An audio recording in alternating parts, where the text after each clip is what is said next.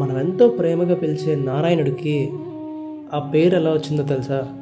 కథలోకి వెళ్తే నేను ముందు వీడియోలో చెప్పినట్టు ఓం అనే మహాశబ్దం జనించిన తర్వాత మొదట మహాతత్వ పుట్టింది.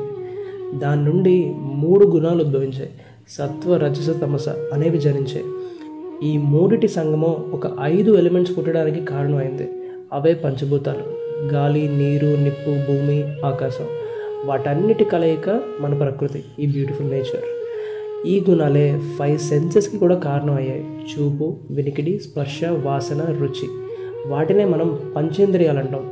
మీరు సరిగ్గా ఉంటే బ్రెయిన్ వీటిని కంట్రోల్ చేస్తుంది, లేదా ఇవి బ్రెయిన్ని కంట్రోల్ చేస్తాయి. చాలా డేంజర్ అది.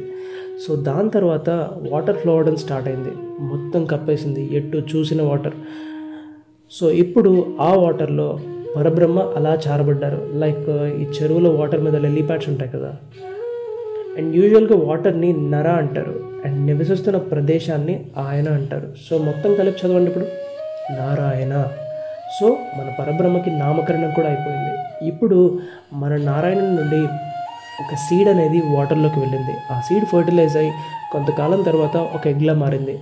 నా నెక్స్ట్ వీడియోలో ఈ ఎగ్కి మన యూనివర్స్కి ఉన్న మెయిన్ లింక్ ఎక్స్ప్లెయిన్ చేస్తాను. సో అంతవరకు please do like, share and follow for more such interesting content. Thank you.